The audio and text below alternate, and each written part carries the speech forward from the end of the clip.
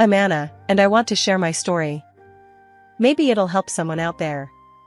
So, here's how it all started. I met Alex through my cousin, David. David had this idea that Alex and I would be perfect for each other. Alex was charming and seemed genuinely nice. We hit it off, and after dating for a year, Alex proposed. I was thrilled and couldn't wait to start our life together. David was all smiles about it.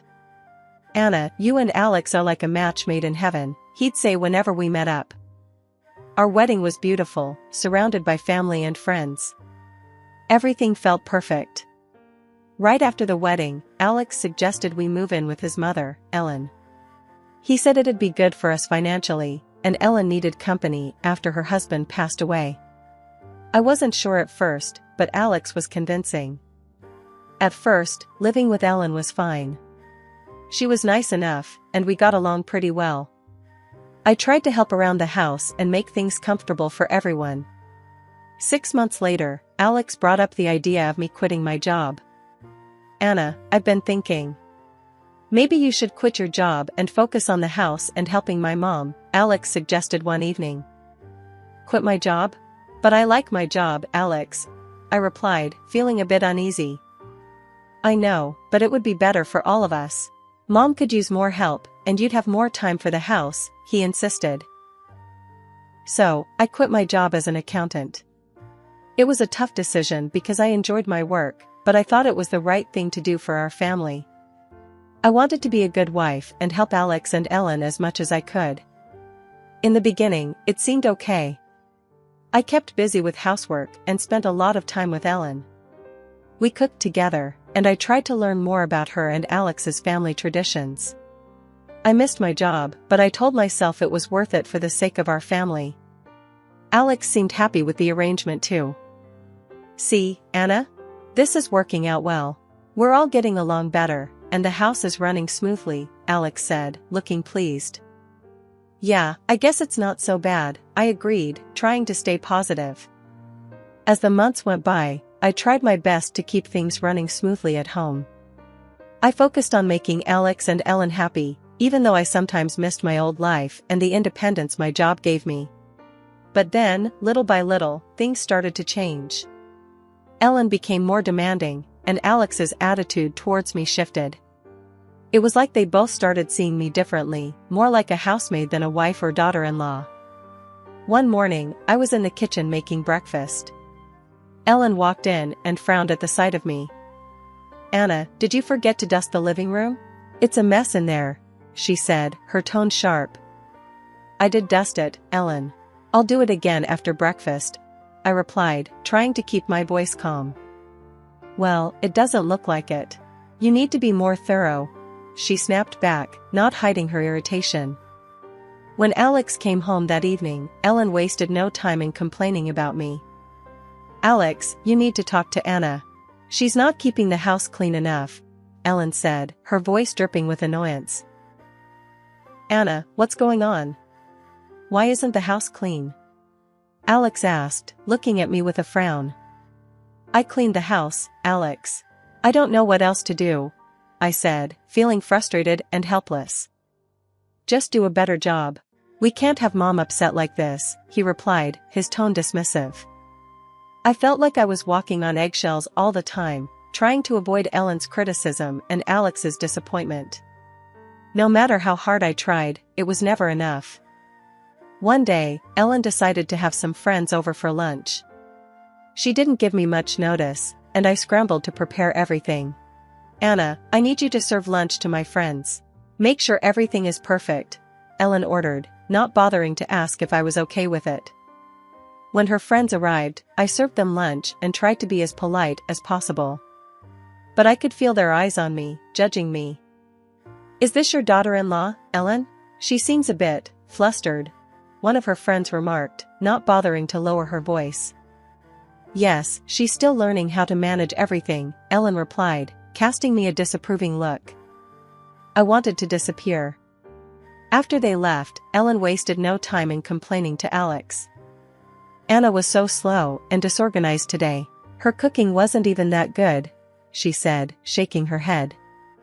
Anna, what the hell happened? Mom said you messed up lunch, Alex demanded, his face red with anger. I did my best, Alex. I was just trying to keep up with everything, I replied, my voice shaking. Well, it wasn't good enough. You need to step it up, he shouted, making me feel like a failure. Things kept getting worse. Ellen's criticisms became more frequent, and Alex's temper grew shorter. I started to dread each day, wondering what I'd be criticized for next. One weekend, I tried to take a break and spend some time for myself. I wanted to read a book and just relax for a bit. Ellen found me sitting in the living room, book in hand. Anna, what are you doing? There's laundry that needs to be done, she said, glaring at me. I just wanted a little break, Ellen. I'll do the laundry right after, I replied, feeling my face flush. No breaks until all the work is done. Get to it, she snapped, her eyes cold. When Alex got home, Ellen didn't waste any time in telling him about my laziness. Anna, what the hell? You can't just sit around all day. There's work to do. Alex yelled, his voice booming. I wasn't sitting around all day, Alex. I just took a short break, I tried to explain, feeling my heart pound. No more breaks. Just do your damn job, he shouted, making me feel small and worthless. I started to feel like a prisoner in my own home. I was constantly on edge, waiting for the next criticism or outburst. I missed my job, my friends, and the sense of independence I used to have. 2 years after our wedding, I had a beautiful daughter, Lily. She became my world, my reason to keep going. I found so much comfort in her. I spent all my time caring for her, trying to shield her from the chaos around us. But things were getting worse with Alex. His temper was growing, and he was getting more aggressive. One evening, when Lily was 5, everything hit a new low. Alex came home angry about something, I don't even remember what. Anna, why the hell is this house such a mess? He shouted as he walked in. I cleaned it, Alex. I've been taking care of Lily all day too, I replied, feeling the familiar knot of fear in my stomach. Your cleaning isn't good enough. You're useless, he yelled, his face red with rage. Before I could say anything, he grabbed my arm and shoved me hard. I lost my balance and fell to the floor, hitting my side against the table. The pain was sharp, and I screamed. Mommy! Lily cried out, running towards me. Alex turned to her, his face still twisted with anger. Go to your room, Lily, he barked. Lily stood there, frozen, and then she started to stutter. Mommy, are you okay? I looked at her, my heart breaking. It's okay, baby. Mommy's okay, I said, trying to soothe her, but I could see the fear in her eyes. After that night, Lily's stuttering didn't go away. I took her to a psychologist, hoping to help her, but even after 2 years, there was little improvement. It killed me to see her like that, knowing it was because of what she'd seen. I knew Lily was watching everything, absorbing it all. She was learning from the way Alex treated me, and I was terrified she'd think this was normal, that this was how families were supposed to be. But I felt trapped. Alex had made it clear many times that everything, the house, the money, it was all his. He'd told me more than once that if I tried to leave or filed for divorce, he'd take Lily away from me. I couldn't risk losing her. She was my everything, the reason I got up every day and faced the hell my life had become. So, I stayed. I endured the shouting, the pushing, the constant fear. I kept quiet, thinking it was the only way to keep Lily safe with me. One day, I got a call from my cousin David. Anna, I have some bad news. Your mom passed away, he said gently. I felt my heart drop. I hadn't spoken to my mom in years, because Alex forbade it. I needed to go to her funeral, to say goodbye. I went to Alex, trying to stay calm. Alex, my mom passed away. I need to go to the funeral, I said, my voice trembling. He didn't even look up from his newspaper. No, you're not going anywhere. We don't have money for that, he said coldly. I felt the tears streaming down my face. I couldn't believe he was being this cruel. Alex, please. She was my mom. I have to go. I pleaded, my voice breaking. No. And that's final. You stay here and take care of the house and Lily, he said, turning back to his papers. I felt a surge of anger and sadness. I couldn't believe he was being so heartless. I knew I had to go, no matter what he said. I went to Lily's room and gently woke her up. Sweetie, we're going on a little trip. Be very quiet, okay? I whispered. Okay, Mommy, she said, her voice sleepy and confused. That night, after everyone was asleep, I packed a small bag for Lily and me.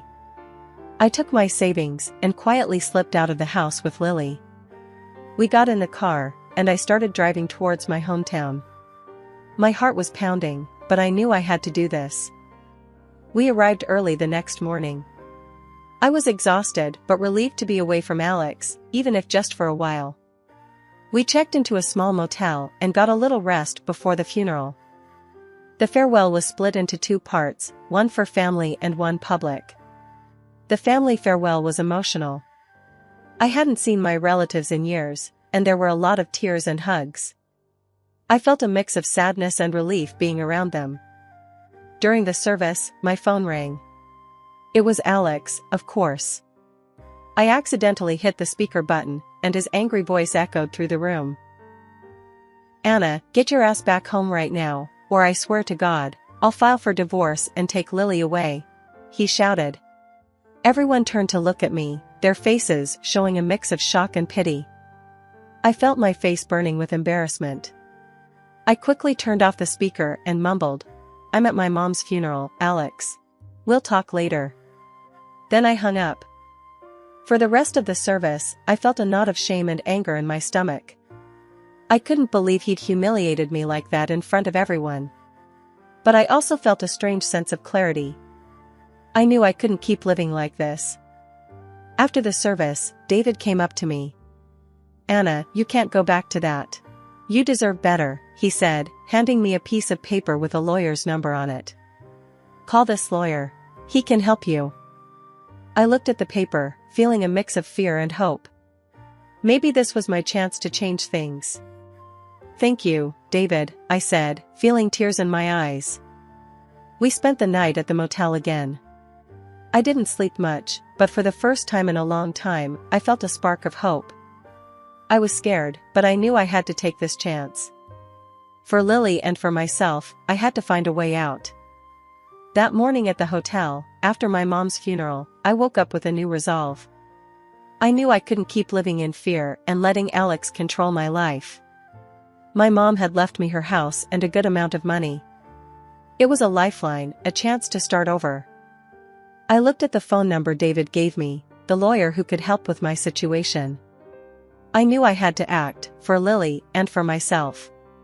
Lily, being with me during the funeral, had almost stopped stuttering, and I wanted to keep that progress going. I took a deep breath and dialed the lawyer's number. Hello, Mr. Thompson? This is Anna. I'd like to schedule a consultation, I said, trying to keep my voice steady. Of course, Mrs. Anna. Can you come in this afternoon? He replied.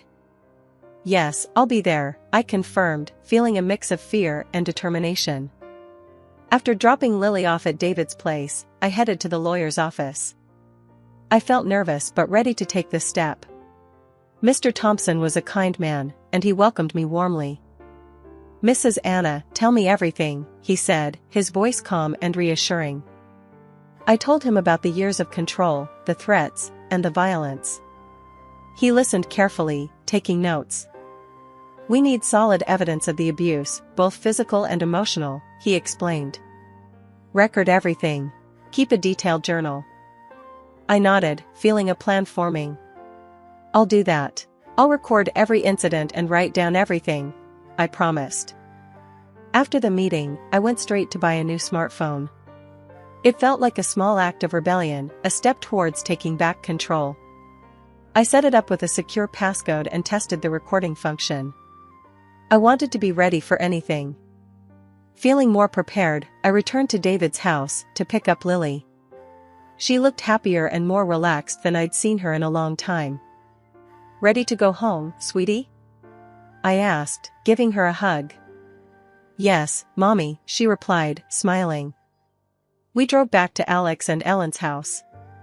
I felt a mixture of dread and determination. I knew I was walking back into a hostile environment, but this time I was ready to fight back.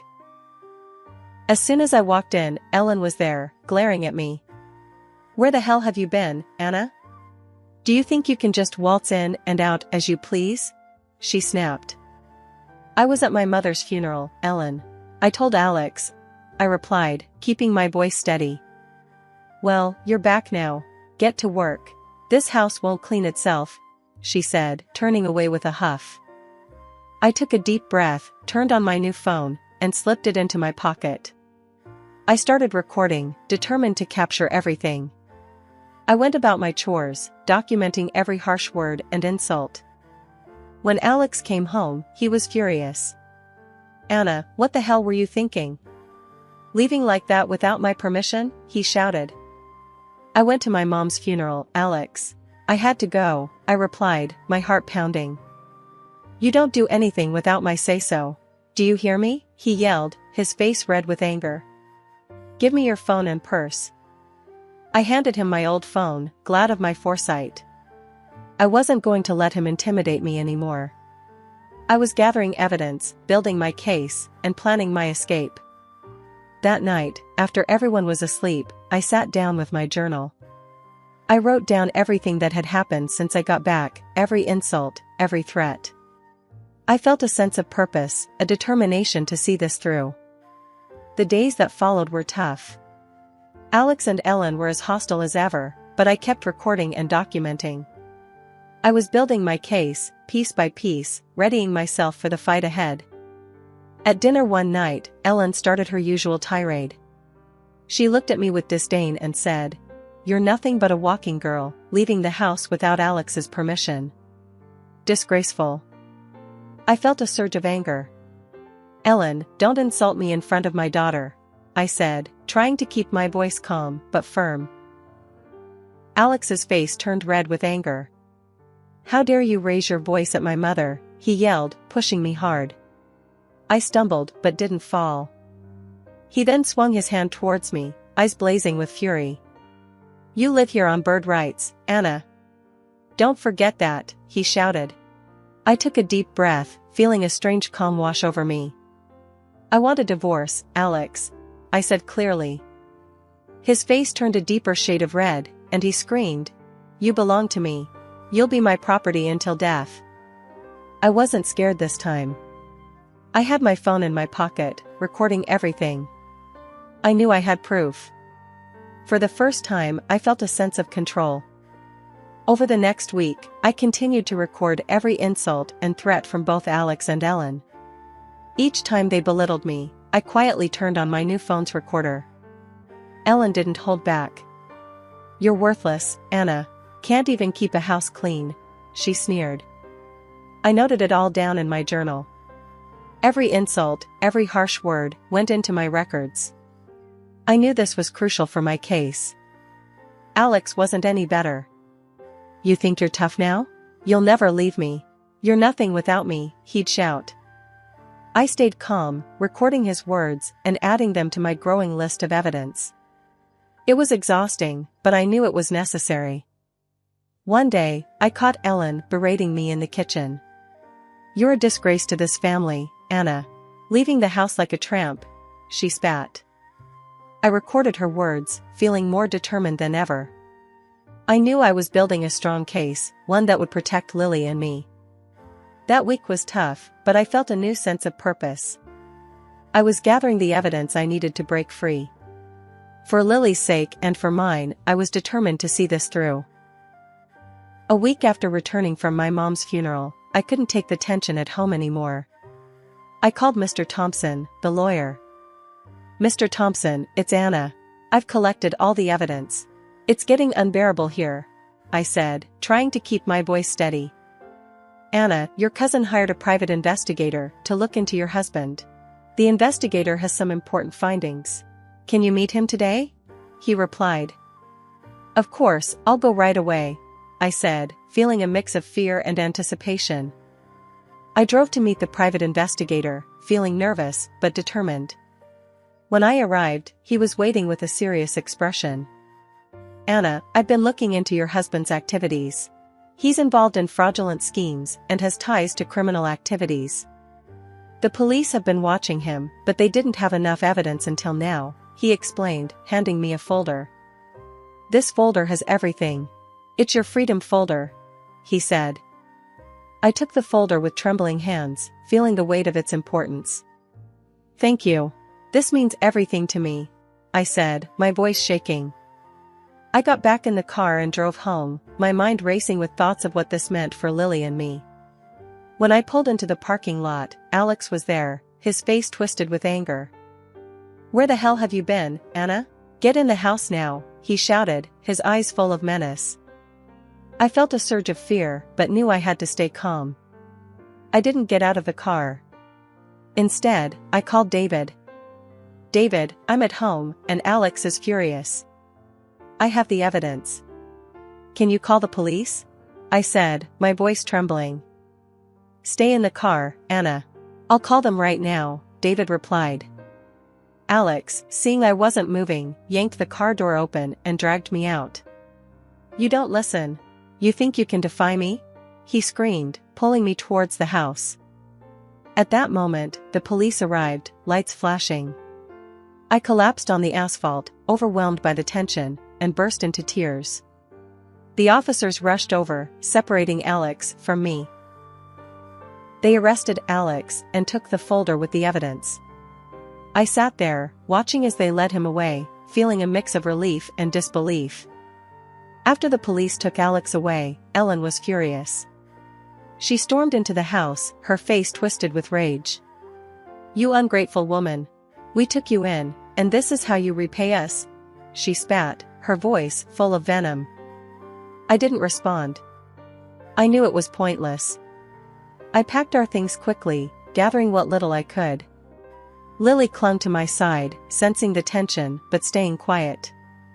With our bags packed, I took Lily's hand and walked out of that house, feeling a sense of relief wash over me. I rented a small apartment nearby, just enough for the two of us. It was modest, but felt like a palace compared to the nightmare we'd left behind. I focused on preparing for the trial. Mr. Thompson was a huge help, guiding me through the process. He assured me we had a strong case, with all the evidence we had collected. The day of the trial came, and I felt a mix of fear and hope. I walked into the courtroom, holding my head high, determined to fight for my future and Lily's. Mr. Thompson presented all the evidence, the recordings, the journal entries, and the documents from the private investigator. It was overwhelming to relive it all, but I knew it was necessary. When the judge finally spoke, I held my breath. Based on the evidence presented, I grant the divorce and full custody of the child to Mrs. Anna. The defendant is also ordered to provide financial compensation for moral and physical damages and pay alimony for life. Since Alex and Ellen didn't have the money to pay the compensation, they had to sell their house. Alex was also sentenced to 5 years in prison for his fraudulent activities and the abuse. Back at home, I told Lily the news in a way she could understand. "Are we safe now, Mommy?" she asked, her eyes wide with hope. "Yes, Lily. We're safe, and we're free to live our lives the way we want," I replied, feeling tears of joy streaming down my face. After the trial, I moved back to my hometown, to my mom's house. It felt like coming home after a long, dark journey. The house was filled with memories and a sense of peace I hadn't felt in years. David, my cousin, helped me get a job at a local charity that supports women in difficult situations. It felt good to be helping others who were in similar situations, using my experience to make a difference. Lily adapted quickly to our new life. Without Alex and Ellen's toxic presence, she blossomed. Her stuttering disappeared, and she seemed happier, more confident. One afternoon, 5 years later, I got a call from an unknown number. I hesitated but answered it. "Anna, it's Alex. I want to see my daughter," he demanded, his voice harsh and demanding. I felt a surge of anger. No, Alex. You lost that right. Don't bother us again, I said firmly, and hung up the phone. I looked at Lily, playing happily in the yard, and felt a deep sense of peace. We had come so far, and I was determined to protect our new life. Raising Lily, I focused on teaching her to be strong and independent, to always stand up for herself. I wanted her to grow up knowing her worth, never to be controlled or belittled by anyone.